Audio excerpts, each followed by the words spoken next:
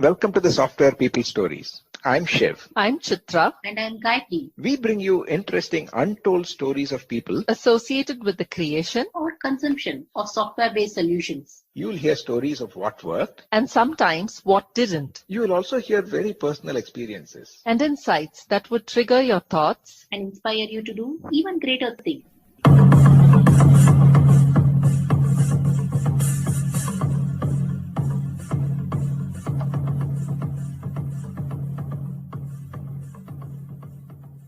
Before we jump into today's conversation, a special thanks to PM Power Consulting for encouraging and supporting this show right from the start.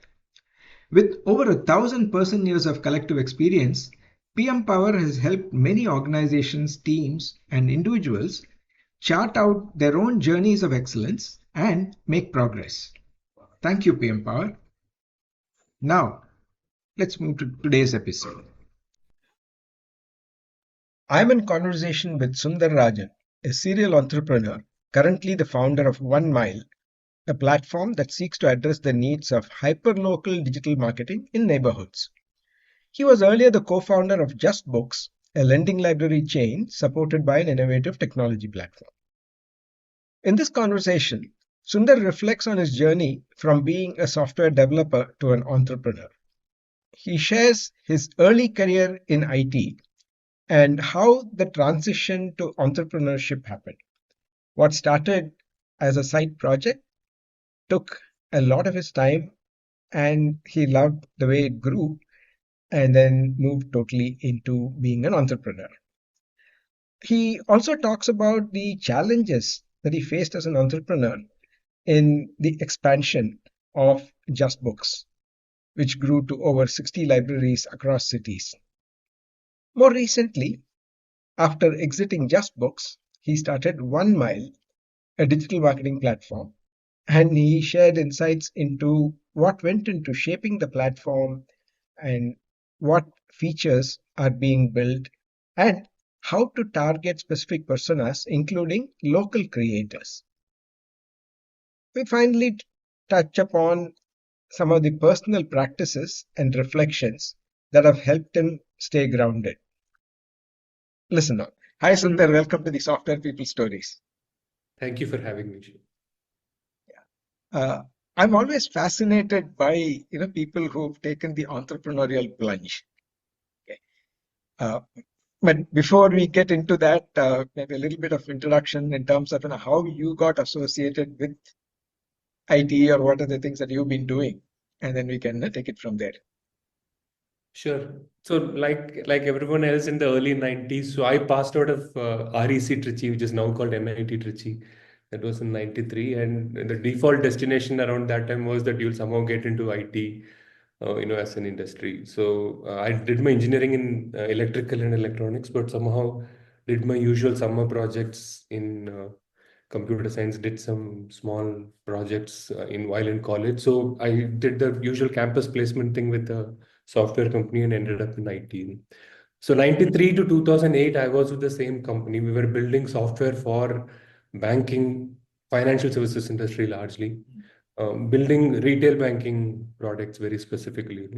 So entrepreneurship was not in my radar. I wasn't even tracking anything about what is entrepreneurship. It was just like a job, and we were just very happy building that IT product we were building. And we were getting some good customers. HDFC Bank was one of our very early customers in the early 90s, mid 90s. They were just starting up, and I used to for quite some time just proudly keep touting around when I visit HDFC branch that I was the 15th customer of their retail branch, that they got started because we were implementing the software for them. I was their first branch. So around 2000, early 2000s, I think 2003, for the typical 10-year, 12-year mark, I think that is when you start getting those questions on, am I still enjoying what I'm doing? And when I joined iFlex Solutions, at that time it was called Settle, and later it got renamed as iFlex Solutions. And further later it got acquired by Oracle, and it became Oracle Financial Services Software. So through that journey, when I joined, it was a 100 people company. So it was a lot easier to know everybody and build it. And by the time I left the company, it was like few tens of thousands, definitely few thousands, maybe it had crossed 10,000 employee count. So I was stuck in that typical middle management layer, not part of any important big strategy decisions because the company had suddenly become too big. And I was also not doing anything hands-on, just managing teams of people and just shuffling around. So I think that is when I just chanced upon doing some personal projects as an interest. Even then, I hadn't really, concentrated on entrepreneurship as a journey. I did a small library. We called it JustBooks. It was like a family project. My wife, my parents, and just took up a space and set up a library there. And my entrepreneurial journey started when that library became reasonably successful. So we had a couple of thousand members visiting that library within the first year. So that is a number that we had not planned at all. No, I had largely seen it as as a library that I'm running it as an interest project. So maybe I have to keep putting in some monthly money. Maybe I'll have to write some 20,000, 25,000 rupee check every month and I spend and just keep something going.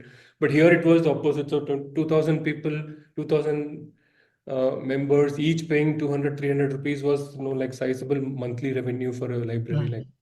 And then I had a chance conversation with a professor from IIM Bangalore. They have an incubation center called NSR Cell. Right. So I had a chance conversation with people there. So they said, why don't you just come and present your experience? So I then just went and shared my experience. So that was a much easier, experience sharing thing. I just had to say I opened a library. Now I have 2,000 people, members. And so that is how my entrepreneurial journey started. Not at all planned. I just a regular IT software developer guy who just chanced upon entrepreneurship by accident. So winding back a little bit, when you said that you're doing electronics and then you did some internship projects and all that, how did you like that?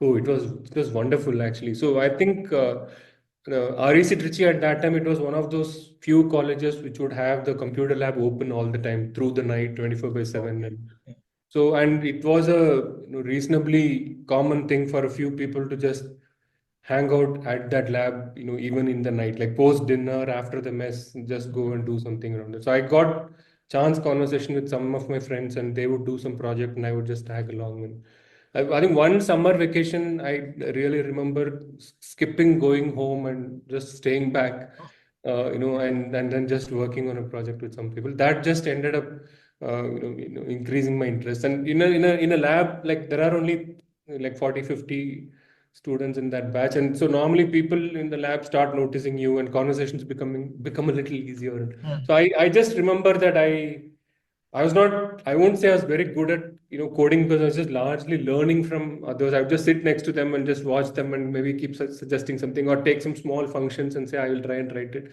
Very often they would rewrite it after I write it. That's how I started. But I just felt that more than electrical and electronics, I just liked this a little more and it just felt a little more natural and more hands-on to learn it.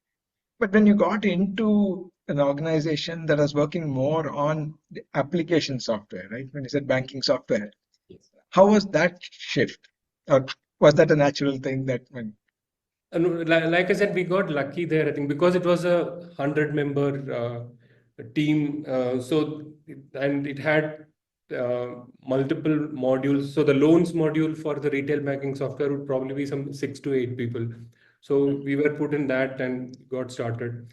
And the good thing is that while I still think that some of my colleagues who had done their computer science degree and or a MCA and who had come and got started along with me in that first year, they probably had a little bit of edge that they would have spent more time coding than I had done.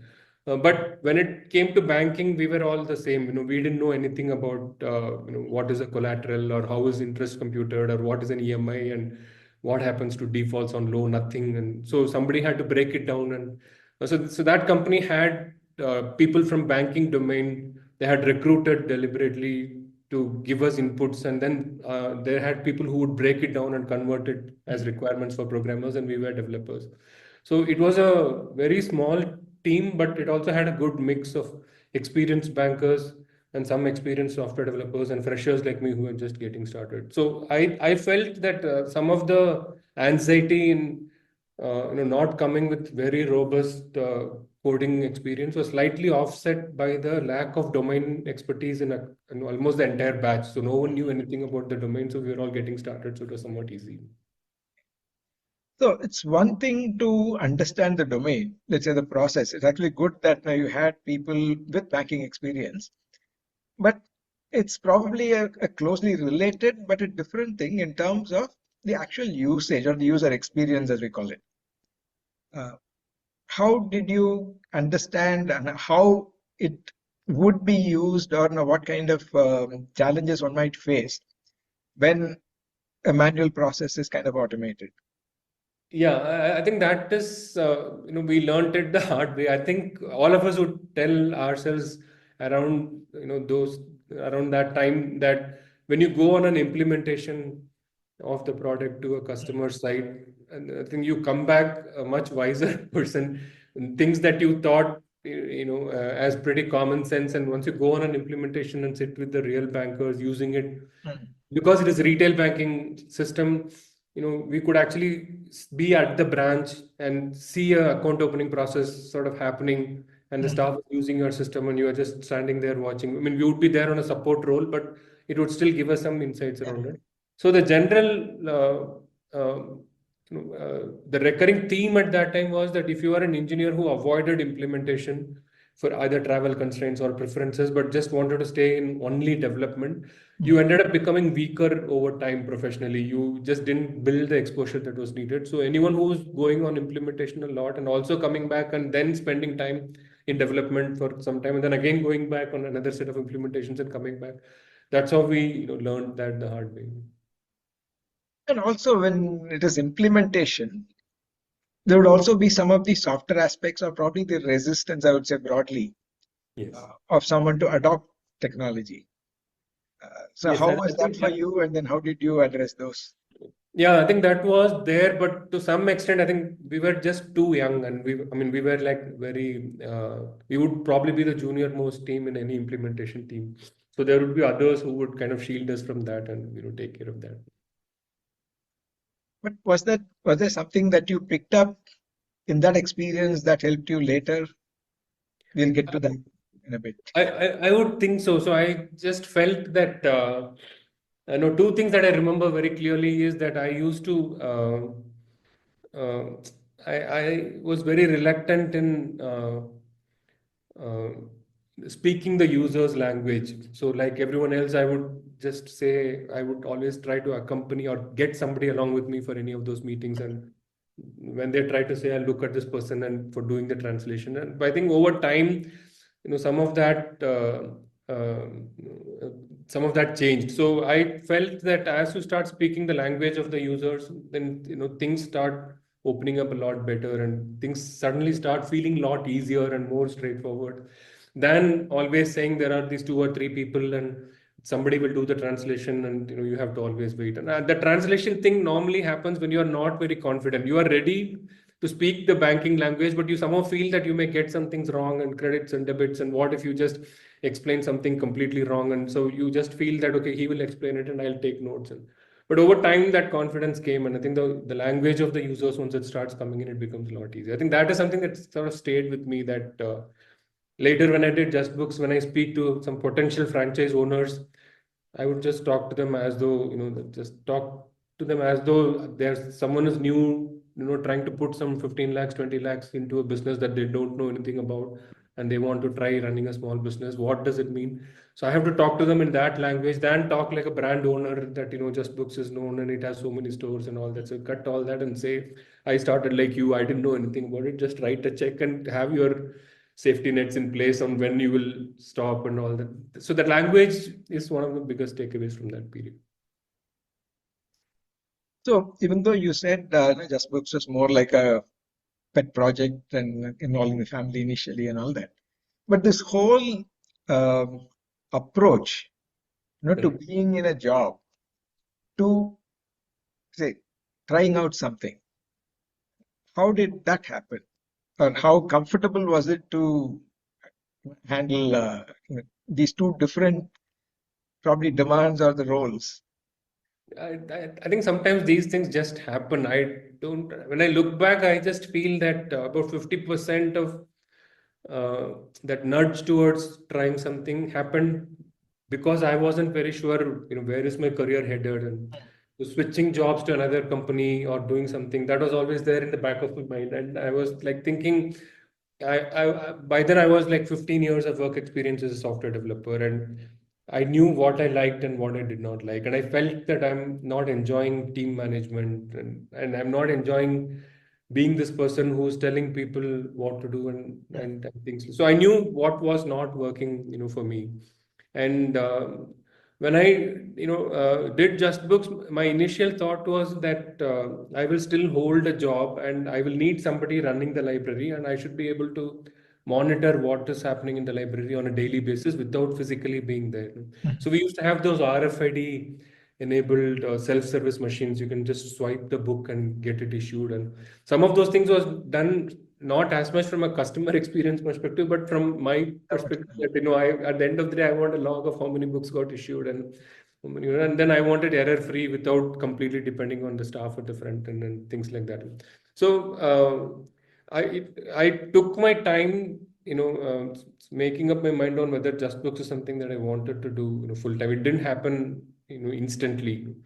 I think things changed when we got some members of JustBooks coming and saying, I want to meet the owner, who's he, and all that. And then they came and met me and said, I want to start a library like this. I am coming from Koramangala. We don't have anything like this. Or I'm coming from Indiranagar. We don't have anything like this. Can I do something like this in Indiranagar? So initially, I was a bit like dismissive, saying that, yeah, we are ourselves still learning. I don't know whether this is a good business. And right now it's doing good, but I don't know how long these members will remain and all that. But soon it was becoming a recurring trend. People would say, these are my in-laws. They are, visiting me from Hyderabad. And they are looking to do something like this in Hyderabad. So I brought them to show something here. Can you help them set it up in Hyderabad? And that is when I thought that there seems to be sort of organic. One is, of course, we were having a good number of members paying us money. And there was some visible revenue model. But the second thing is there are people who are coming and saying, I can do your second library or a third library. I can put in the money and do it. Can you help us, do that? So around that time is when I thought, okay, let me take a break from work for a year or two, and I will help this thing, stabilize. I'll try out this franchise model and all that stuff. And then I'll go back to an IT job. So that is also when that NSR cell IIM Bangalore things. Okay. So I feel I won't say I kind of planned it very well. I think some amount of pushing me out from my then job and some amount of organic traction in JustBooks and then some lead interest for business expansion. Everything just happened over that 12, 18 months. And that NSR cell IIM Bangalore incubation kind of, made that easier decision to just say, okay, now I'll try this for 2 years. See, one thing, say in an IT job, even when you are developing a product or if you're a service company, at least you have a reasonable clarity in terms of the specs or the scope of what we want to do, how we want to sequence it and all that. Now, in this case, how do you decide, let's say, what books to stock or how many copies do we need to have or what will be the kind of readers who will come in and so on? How did you get that kind of a model in place or in mind, or how did that evolve? So no, the exciting thing about this is again something that I learned in hindsight. I feel when you just step into an area that you know nothing about, and if you do that after some 10, 15 years of gaining experience in some other field, then I think it's a great space to be in because one, you are like not really a naive novice. I mean, you have some expertise, you have some common sense, you have some familiarity in some other field, but everything about this new space somehow you get the required energy to want to know more about how do these people do it. So for me, the reference used to be the retail bookstores. So there is Sapna Book House here in Bangalore.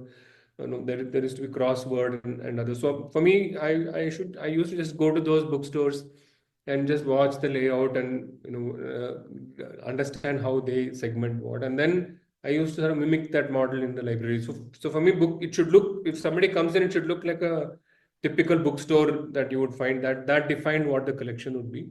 We made a couple of tweaks there. I think one was we wanted the regional language collections to be much bigger.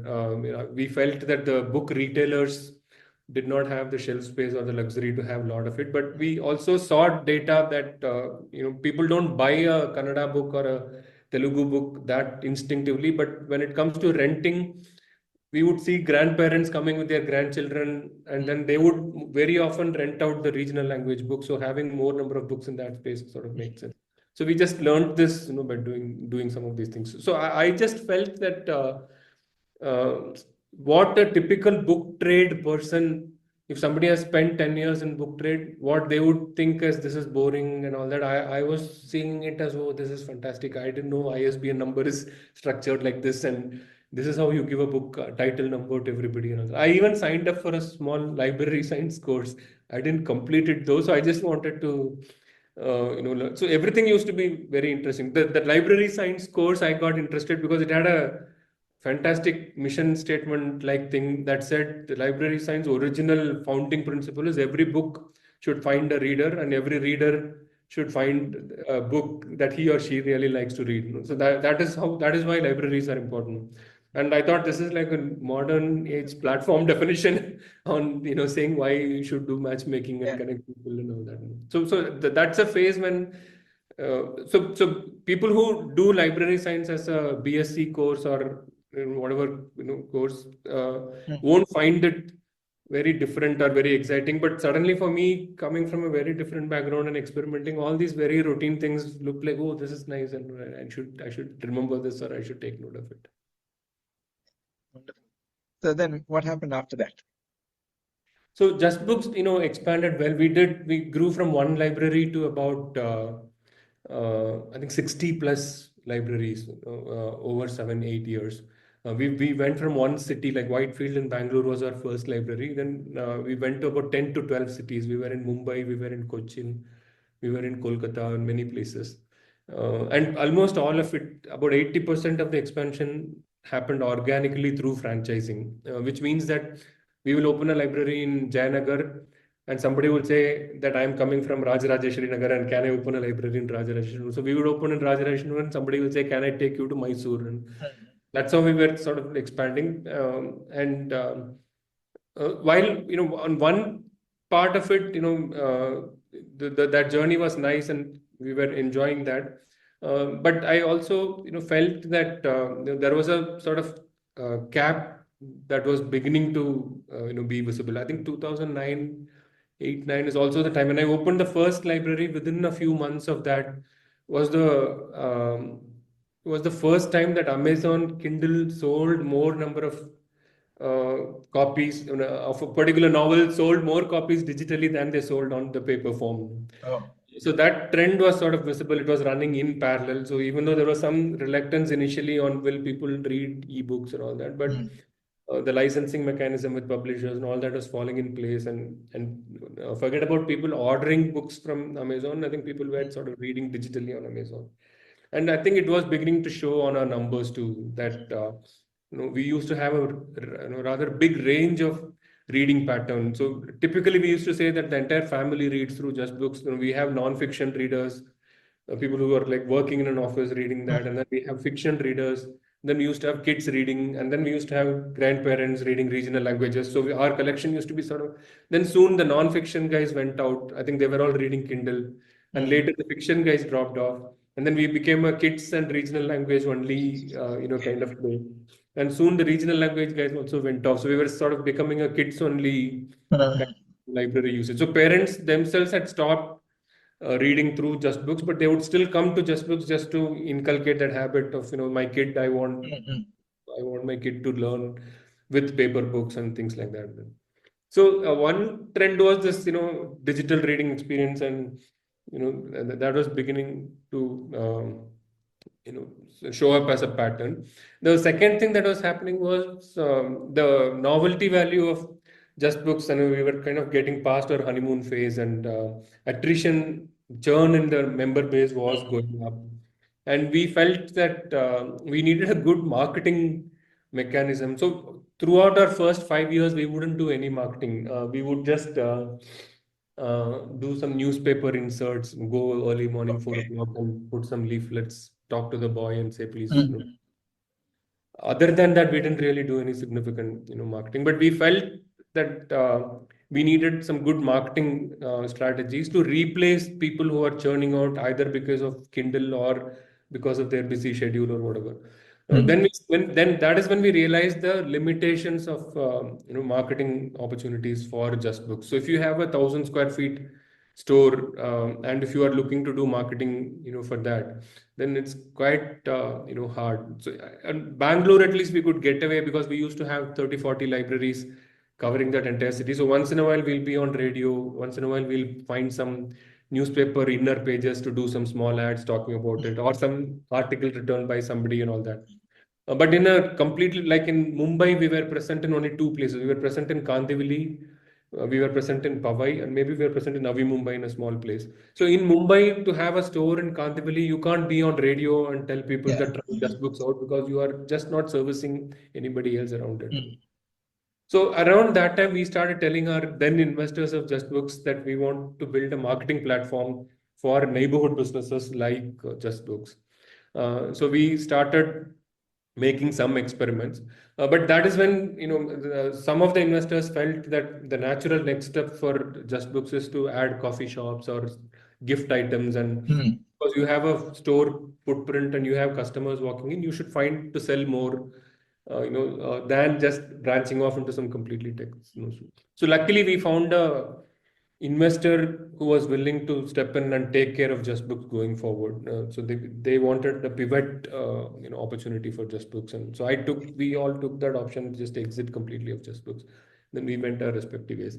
That is when I started experimenting around this idea called OneMyle, where we said that as we need a good digital marketing, platform for businesses like JustBooks, for businesses that are really interested in targeting one locality, and that was it.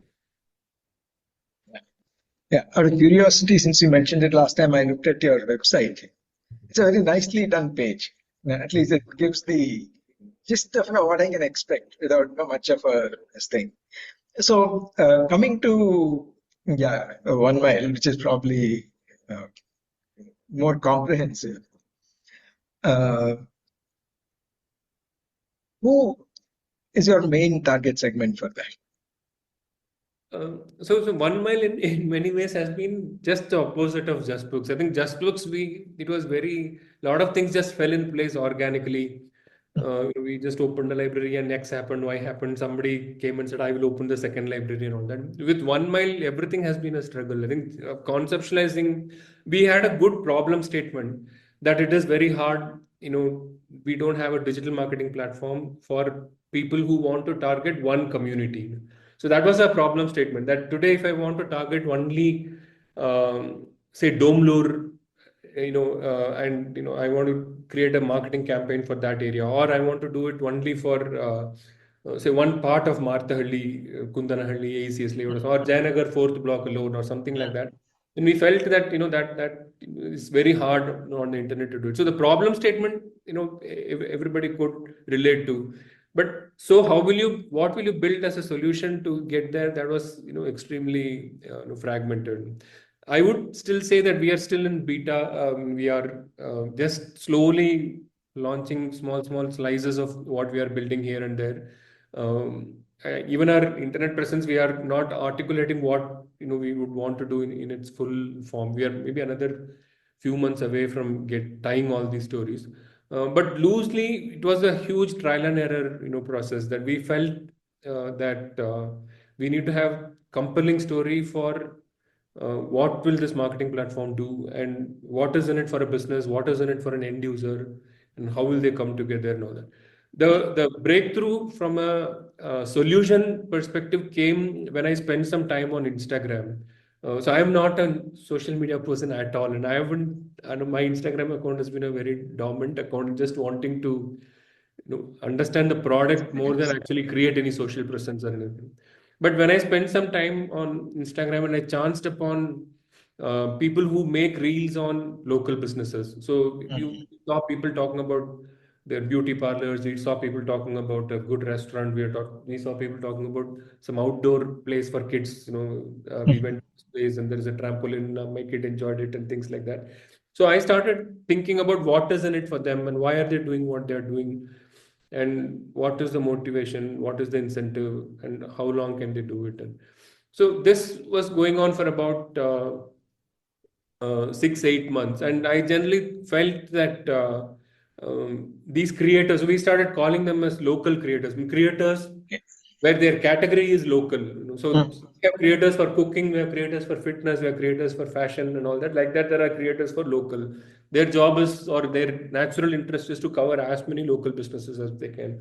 They'll talk about, you can go to Church Street and still get, less than 99 rupees. You can find some good coffee mugs and stuff like that. And, please try this out. So when we started making some conversations with them and say, what, would you be interested in partnering with us and all that? And that is when, OneMyle started taking shape a little better. We had initially visualized it as there are people in Koramangala and there are businesses in Koramangala. I need to build a platform that, brings the two of them together. But after some time, we redefined it as there are people in Koramangala, there are businesses in Koramangala, and there are creators of Koramangala who are talking about Koramangala businesses and other things. So it has to be a three-sided platform and not just two. And once that fell in place, I think things have been a little better. So now we get steady incoming requests from our creators. So if somebody puts out a reel today saying that, please try this beauty parlor, and then they collaborate with OneMyle, in making that reel and putting it out on Instagram. So every reel that goes out, we get 5 incoming leads saying that I am also a local creator. What can I do with OneMyle? And I like talking about this category of local businesses, and is there any opportunity for us to work together and all that. So I think loosely that marketing platform, we think is sort of taking shape as a three-sided story. Yeah, this is very interesting. Now that you have essentially 3 different personas that you're catering to. See, understanding, say, a particular persona, like you said, even earlier when the family was reading books, there was still this subcategories of kids, grandparents, and parents, and stuff like that. But here, I think the magic happens when at least 2 of them start working together or interacting, when there's a transaction that happens or when an experience happens. How much of that would complicate your model? One of so I don't have a good answer for this because we are still in early days and we are discovering this. But what we know already is that neighborhood seems to be like a small world by itself. You can't approach that with some pre-decided theory that this is how I'll go around capturing a neighborhood. I think we just need to watch what various people do and then find a search for a hook that brings small sections of people on board, and then eliminate any direct contradictions around them. Be clear about what you will not do and what you will do, and then just let it evolve as we go on. What I have seen happen with this neighborhood thing is, for example, this creators, we gently tell them that we are not currently working with creators who talk about a product and not about a business. So if you are talking about say Mama Earth has a beauty product, maybe a lipstick or something, and if you are a creator saying that, or a lotion, and say try out this lotion, this is great for you. So there is no local story there. So anybody in any part of the country or any part of the world who has a reason to connect to that product has a reason to follow or engage with your content. So we tell them that, if that is your story, then you are not a local creator. If you flip that around and say that I went to the store, maybe a health and glow store or some, other, a beauty product store in HSR layout, and they have this great collection of Mama products on the shelf, and then they have something else. And then you also say, okay, I ended up buying these things in that store. Then it is a very clear case of positioning the local business first and then the product. As a customer, finally, you use either a product or a service. I mean, you are not like, it's not the business that you directly use. But still, as a creator, we tell them that if you're positioning the business and then the underlying product or the service, then you are a good fit for me. But if you are sort of eliminating the business completely, and if you're positioning just a product, and that can be applied to any business in a generic way, then you are not a great fit for being a local creator. So if you say 10 ways to go to Lakshadweep, or 10 things you can do there and all that, then it is a lesser story for me. But if you say that there is a travel agency next door that is giving me a better package deal, they have a consultant who comes and talks to me instead of doing it and make my trip, this works for me better and all that, then it could be a similar looking content, but clearly the prime focus is something local, so that makes it very interesting for us. So we are just learning this process of how to define our persona on each of these three sides slowly. Yeah, for example, for a local business, if I have to go down and then I have a choice between, let's say, three shops there, and I'm going to depend on, let's say, the experience or the endorsement or the review of these creators, I would also probably want to have some understanding of the reputation of these creators. So on a platform which is very local, is there a need for some offline activity also?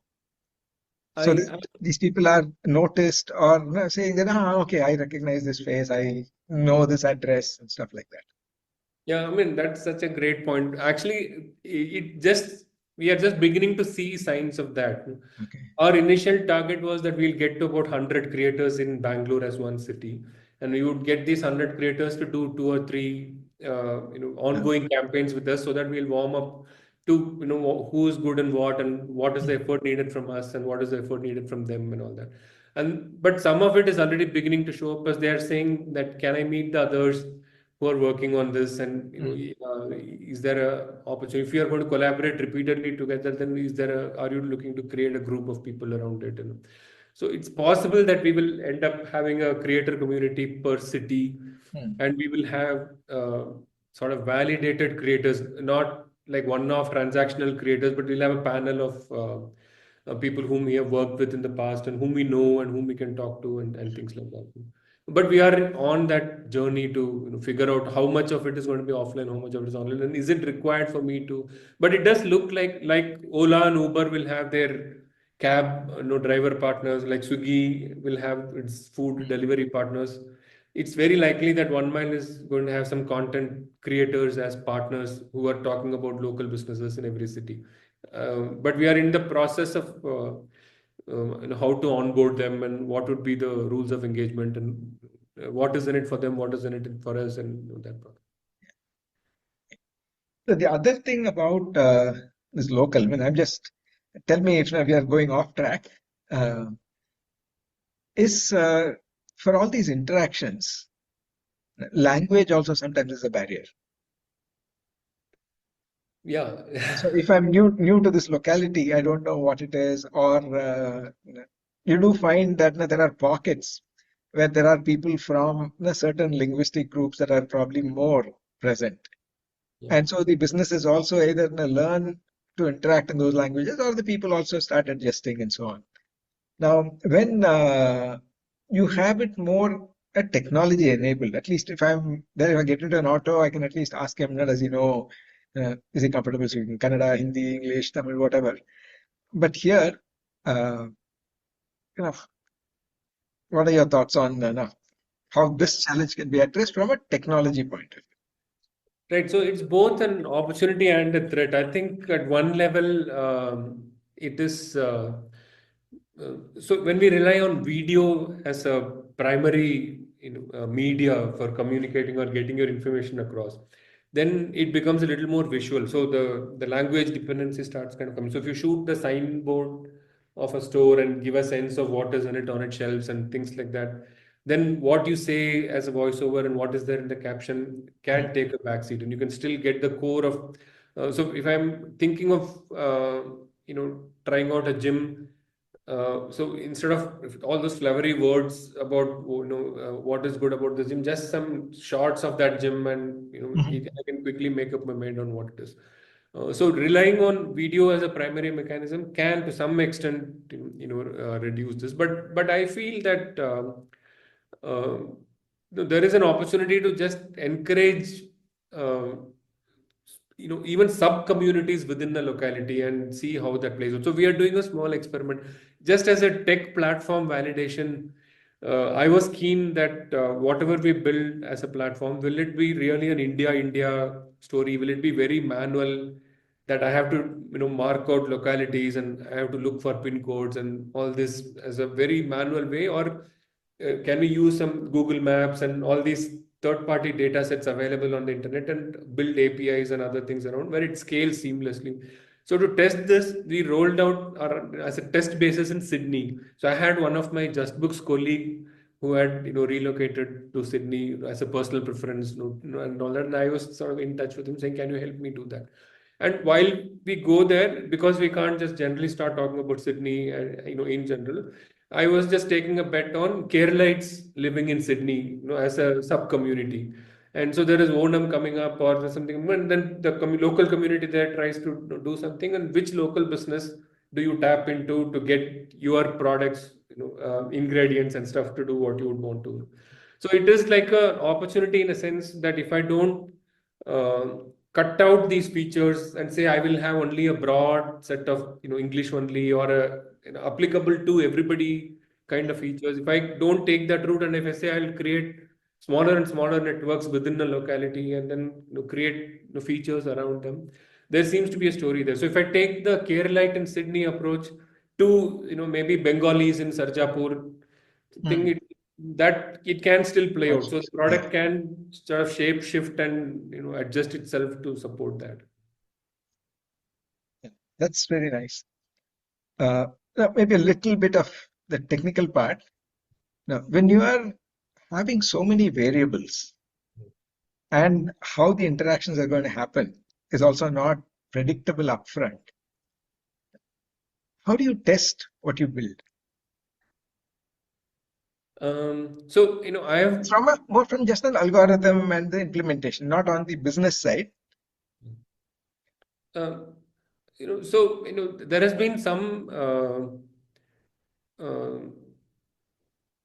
so that I think because of the way the modern architecture has kind of evolved, where you write a lot of microservices and smaller front ends, which is doing a very niche feature, and then configure some larger journeys as a combination of these multiple smaller actions.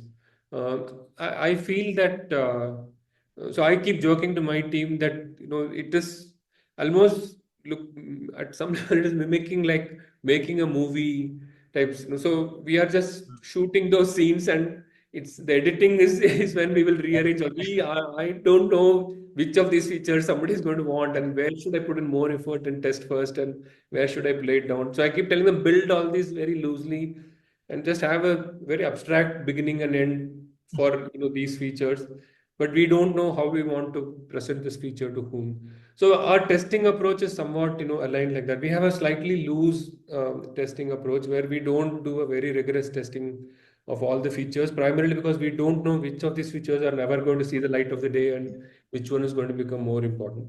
When we roll it out, we do test rollout. So the first 3 users of any feature, first of all, in a completely new product in a startup, finding those 3 users itself is a problem. You don't know where they are going to kind of come from, and when they come, we don't know which feature they are going to use. And only after these two fall in place, the testing strategy of now I used to keep telling them that now we are ready to make this production ready. So till that time, just keep it very loose and we keep it very floating. And it has its downsides also. Sometimes I worry that I might accumulate a lot of tech debt and someday when suddenly things take off, I get lucky, then I may end up having to just scramble and run around having to test a lot of things at the same time. But I'm guessing that will be a good problem for me to have if that happens. Yeah, absolutely. Yeah. So it's also nice that you answered a follow-on question that was just crossing my mind in terms of how do you find your initial alpha testers or beta users and stuff like that. Now, I just want to flash back a little bit, go back about when you started your career. You mentioned that you had the benefit of working with other experienced people, looking at other people's code, or even when you're doing your projects and all that. Now, how does your team configuration currently look like? Is it a mix of experienced and people who are ready to learn, or is it primarily one or the other? I think the JustBooks team was had a better mix. I think we also had the scale because we already had live business, and even then I was a fan of very small teams. So I used to keep pleading with people not to go past 10 members for the technology team. I don't know where I come up with these. I just felt that that is a number that would work for me. So unless you have very compelling reasons, even if there are compelling reasons, we'll create another 10-member team, but never have anybody who's managing more than 10 people, because I just felt that that was the biggest weak spot for me, where I was just managing and doing appraisals, tracking leaves, and doing those kinds of things. I didn't want that overhead to come. In OneMyle, I'm keeping it because we are still bootstrapped and the product just took a little longer to kind of shape up. We are just a 3-member team. Me and my co-founder, Vamsi Krishna, he's a developer, and there is one more developer called Project. There's just 3 of us who are just building this. I don't know how long it will remain small, but as long as it remains small, I'm very happy. Okay. So this throws up another question, which means I assume that you operate at different levels of granularity. Because at one level, you're looking at the macro picture, all these different personas and everything else, and then you're also getting down to code. How are you able to quickly zoom in or zoom out or switch contexts? Right. I think one very underrated strength of an IT professional is the ability to read code. I think we just overemphasize the ability to write code, but reading code is also, can be extremely useful. So I've often felt that when I just ask for, just share the link of the report, let me look at your code and just, spend a little bit. So a lot of the effort that if I were to ask the same person to explain to me verbally how the code is structured, or what is the payload looking like, and which other service will it call, or ask him to make a documentation for that and show me the flow and all those UMLs and stuff like that. So very small teams don't have to take those routes. So you can just say, I can read code and you can read code, so I will just look at that code directly. So I think if that falls in place, then the effort needed to get into a lot of details, I think that gets automatically handled. I feel at some point, like for example, this AI is a new animal, and I may not have had the time and the luxury to write a lot of code around it to get myself very familiar with it. So even though I'm spending time just reading about it, but it may limit my ability to read code in a completely new area. And the moment I'm not able to read code, then I feel I'll have to ask somebody to explain. And the moment I ask somebody to explain, I think the overheads will start creeping in, because the person who's explaining will try to make it like very simple, present it in a way where it's easy for me to consume. And that is a no value for that person who's making those slides or making that documentation, because he probably already knows what is needed to be said, but he's just still putting in an effort, making something for me. But right now it's working for me to just eliminate that. The big picture one, I think because of whatever age and experience and stuff, that is a more familiar territory that you are either reading or looking up something and making your own notes. And there is a reverse challenge in communicating this big picture to these two people whom I have. So I try to share raw links of look at this article, let us discuss what it is trying to say and all that. But very often I feel that when you're too early in your career, it's just not the same. They can't just read that article and we can't start discussing that. But just for one person to operate at 2-3 levels, I think this reading code thing, can be a huge help. It just eliminates significant overheads and explanations and stuff like that. Yeah, but then I'm probably making some assumptions here. If you take a typical day, you're probably going to be operating at both these levels, as well as handling all the, whether you call them interruptions or other things that need to be done. Meeting with people, prospects on the marketing side, sales side, or funding side, etc., etc. So this switching the context.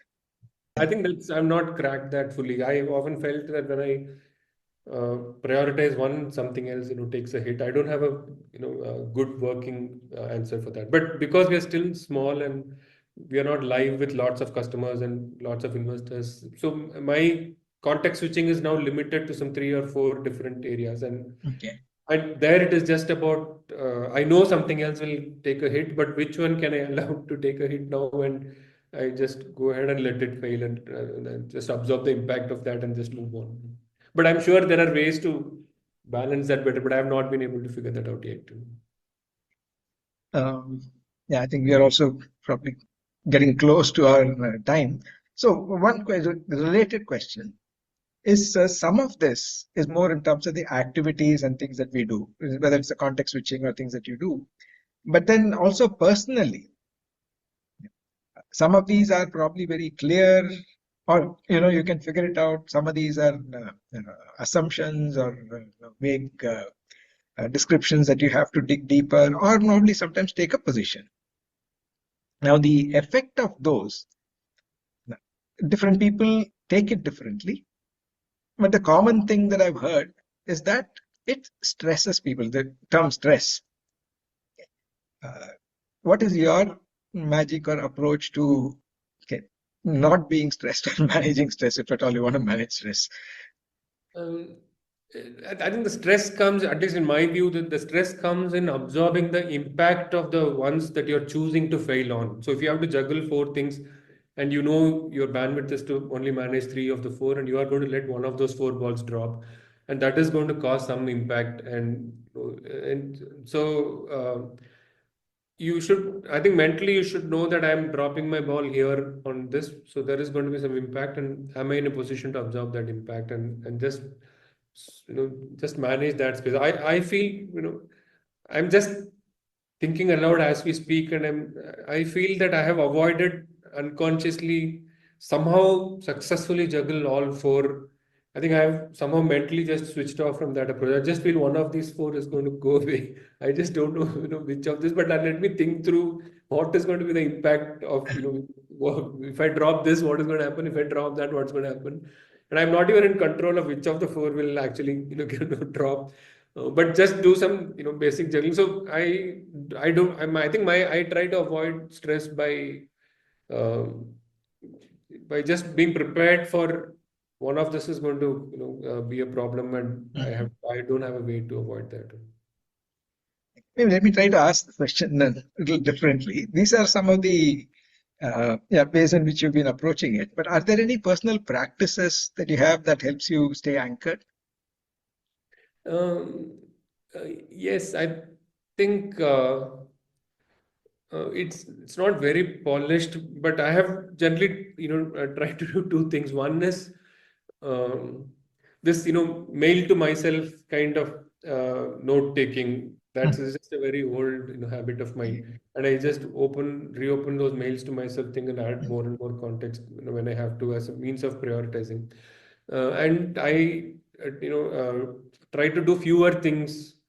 So if there are four things that I need to work on, like I said, I deliberately say I can do only two out of the four, so I just spend time on picking the two or juggling that. And I don't have a very sophisticated tools or process around it, but what has helped is when I have some free time and when I really don't know what I should be working on, now, or I have to just organize my thoughts and all that. My general go-to thing has been to look at mails to myself, kind of thing, and then look at them and make some notes on what can I pick up for going forward. Yeah, you make it sound very easy, but I think it takes a lot of practice and discipline to reflect and write a note to yourself. No, it's an area of work for me. I think I would like to do better in that space. I feel I'm not the most organized and most efficient person around, even in entrepreneurship and otherwise. So it's not because I'm not doing such a great job of it. It looks like it's I'm making it sound very easy, but I think it's just an incomplete piece of work. Yeah. So thanks, Sundar. On that note, I think that's about all the time we have now, but I'm sure there are a lot more topics that we can explore at some future time. Wonderful. Thank you, Doctor, for having me.